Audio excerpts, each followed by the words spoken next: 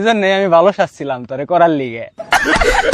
একটা পুংটা লোক আছিল বুঝছেন, সব কিছুরে দইরা সে সব করে দিত।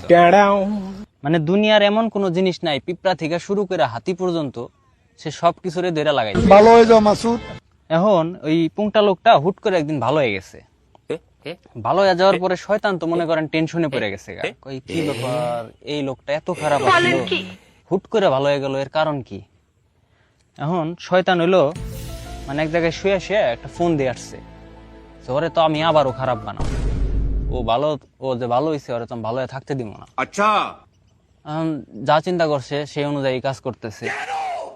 একদিন ওই শয়তান মেয়া সাইজে জামা কাপড় খুইলে এই বেটার সামনে গেছে।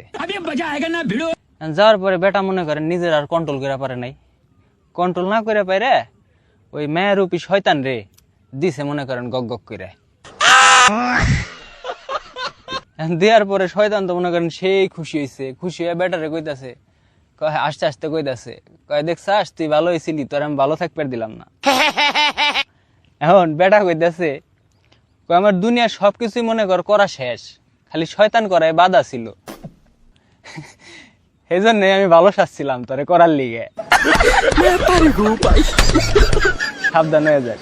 এখন ভাই মনে করেন মুখোশধারী মেলা এরকম ভালো মানুষ আছে বুঝছেন, সাবধানে থাকেন। আর আপনার কোন বন্ধু এরকম মুখোশধারী, হ্যাঁ ভালো মানুষের মুখোশ ধরছে এরকম গক গক করার লিগে, তার মেনশনটা দিয়ে যায়েন। ভালো থাকবেন।